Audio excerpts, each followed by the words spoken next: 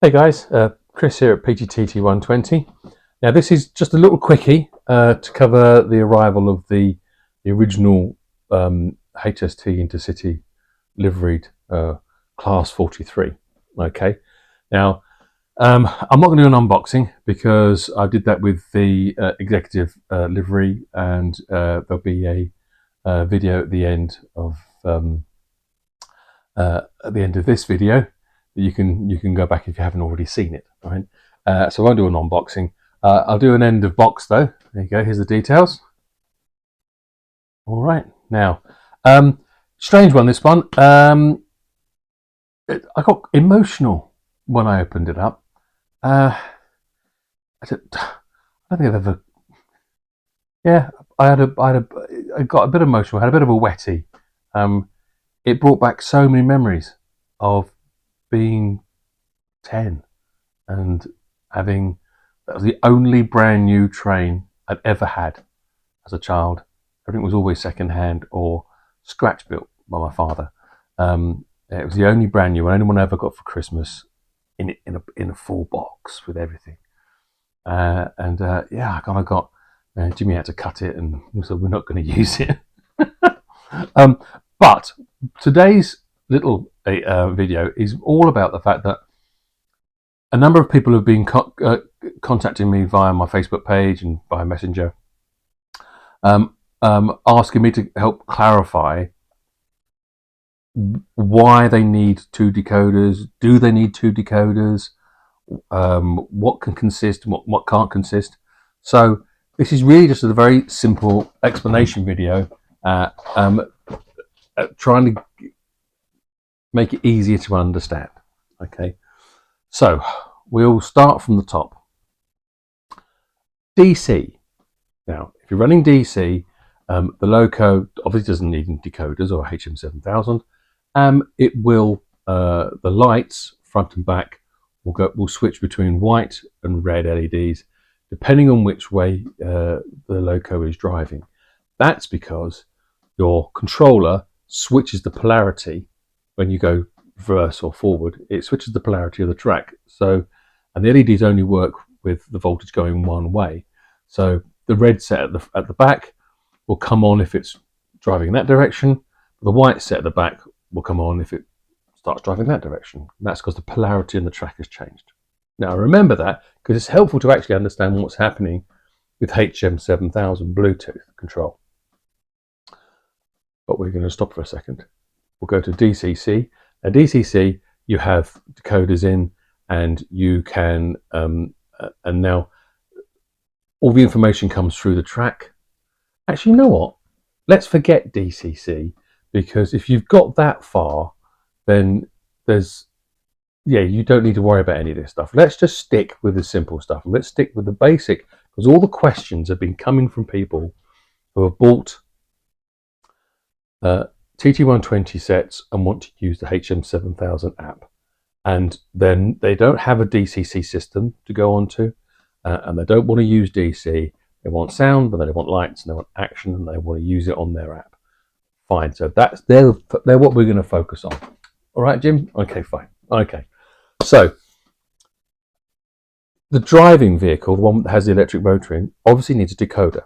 Okay. Now you'll see in my previous video that I also put a power bank in, and which is currently unavailable, unfortunately. The reason I did that was because it helps continue the connectivity of the Bluetooth. Some people have had no bothers and have not needed it. Other people like myself, every loco I've ever had, I've had issues. And it doesn't matter whether it's on my track or another person's track. But as soon as I put a power bank in, I've got rid of all the issues I've ever had, and I've had trouble-free running. So that's why I keep going on about power banks. But they're not actually a necessity. Okay. And some people have been going on about how expensive it all is to load the whole thing up. Now it is. Now if you are going to get the power car and the non-power car, and you are going to put a £65 decoder in that, a £65 decoder in that, a £15 power bank and a £15 power bank, all of a sudden, you've got an extra £160 on top of the purchase price to get that thing doing everything you want. And then you find out that the app yet doesn't consist unless you're using the DCC system. But we go back to the fact that a lot of people asking these questions don't have a DCC system. They have the HM7000 app, and they're basically running those locos on what, in all intents and purposes, is a DC layout. So can you run it with? Yes, you can. You can just put one on, all right? And that will give you the control of the sound, and it will give you the control of the lights of the power car. Well, what about the unpowered car if you don't put a decoder in it? Well, actually, it's perfectly safe. Now, I'm running mine on 18 volts DC, and with the blanking plate in, the lights come on. Now, admittedly, you actually have to physically change the track, change the loco around to change the lights from white to red, or you have to switch the polarity of the track, okay, which can be done with a switch and with a blanking area, much like some people would do with a return loop. But we'll get into that another day maybe. But for now, I'm quite happy to just run my locos in one direction, in the direction I want them to see, where I get the red tail lights or the white front, whichever way it is. All right. Sound wise, I've got to be honest with you, until they consist, I find it a little bit of a pointless having them both. I find them a bit of a faff until they split the screen on the iPad, so that you can have both of them side by side, so that you can operate them together, right? Rather than having to swipe to another page to get it up to then change it. Until they can actually either split the screen or consist, or preferably both, I'm not going to bother putting another decoder in the dummy. Right? It's expensive, and it's not giving me everything I want from it. Right? It's just changing the lights over. Now, what we could do is I could just, in fact, I will most likely, when I do put a decoder in, I'll most likely buy the non-sound one, because it's another 20 odd pounds cheaper. So I will likely, with my DCC ready locos, I will put the full Monty Sound decoder in the front, and I think I'm going to be going down the route of putting the non-sound decoder in the back when it becomes available, just because it's just to bring the price down a little bit. And that will give me the control over the lights that I want.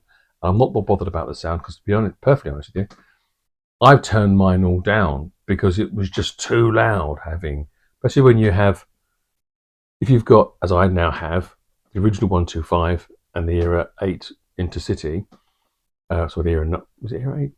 Yeah, the Era 7, the Era 8. You have them both running, that's 4 Class 43s sounding off. And you can't tell which one's which, and it's all getting a little bit too much, mainly because I've got a very small layout. But most people have quite small layouts.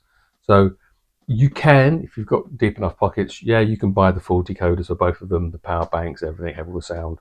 Or you can go down a slightly more budget route. I mean, it won't be long before those cheaper non-sound decoders are available. So you could just put one of those in, and then you've got operational HM7000 for 45 quid. Or you can go anywhere in between, as I'm going to. I'm going to have the non-sound in the back, and I'm going to have the sound decoder in the front with one speaker, and that's more than enough for me, thank you very much. I'll spend the rest of the money on another coach. But there you go. So here's a little bit of a run at the end.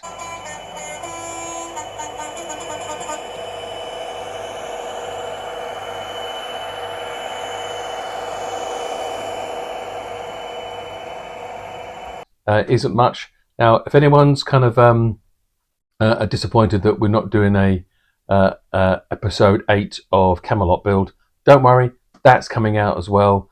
This is just a little fill. I'm still going to do episode 8 Friday morning. Okay, this is just for this evening. All right. There are affiliated links down below for all of the HSTs. Now I did have an affiliate link which I actually operated and used for the HST set. I think it was on for about an hour before Hornby took it down, just after I spread it all over Facebook. Now, that HST set, now there was some interesting, if anyone did or didn't notice that, it's been on the forums, there's been some interesting things about that, and that is that on the what's inside information tab about what was in the HST set, 2 cars, a power car and a dummy power car, and 2 of the carriages, standard class, now, or standard open, whatever it's called. Now, what was interesting is they were showing them as the Era 7 blue, yellow and grey original Intercity, not the LNER as previously advertised in the catalogues. Why that is, we don't know. Maybe the LNER want more money for the license. Maybe Hornby don't think it's worth it, or possibly because the Great Western Railway green version of this loco hasn't sold as well as these two, because it's an area specific loco. Maybe they're thinking the LNER one would also not really quite hit all the buttons, and that maybe the Intercity is a better set to have, which I guess is probably right. It probably reach more people that way. I think it's a shame for the collectors if that is what they choose to do, because we don't know, because they've taken it down, so maybe they might change their mind again. Something that I think is my personal opinion, something I think that would be a mistake, is if they bring out a blue and yellow HST Intercity train set, but don't bother to change the numbers on the coaches and on the locos, because one of the things that's always been exclusive about the sets is that you get to buy a loco that isn't in the normal range. Now, I don't know if they've ever done that, if they ever haven't done that before, but so far in TT120, that's been the benchmark, is that the stuff that's in the sets isn't what you can buy, and the collectors love that. Okay, so I've already got an Intercity 125. I do now have the set on pre-order because I managed to get in there sharpish.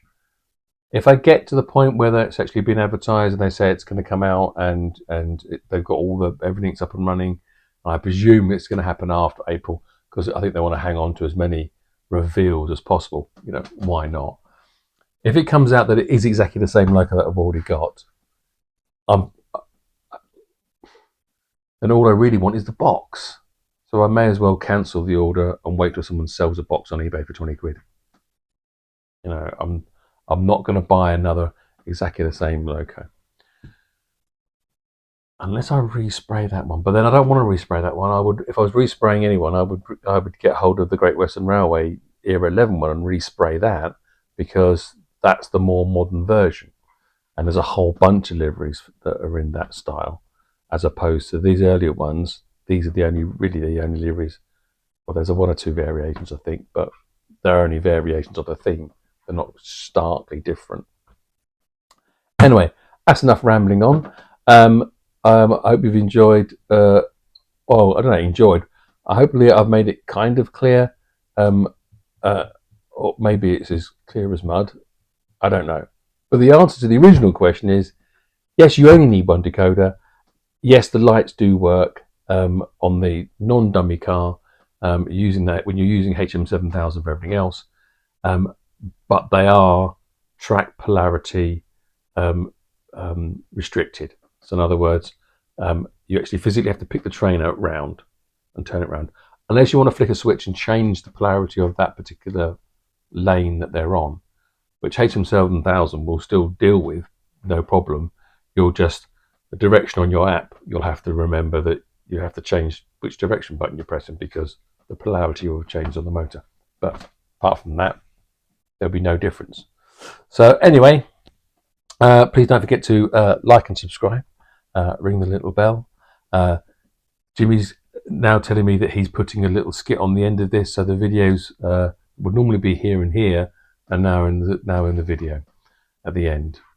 Okay, I still don't actually know what it is yet because I haven't seen the final cut of this or the episode 8 of Camelot, which comes out Friday morning. Anyway, I hope it's not offensive. Take care of yourself, everyone. Cheerio, bye. You'll find him surrounded by all his luggage in a first-class compartment. Don't you be afraid. Just slip the window down and say, Peachy's gone south for the week. Peachy's gone south for the week? Yes, and he'll tumble. Well, I'll be getting off now before we reach the station.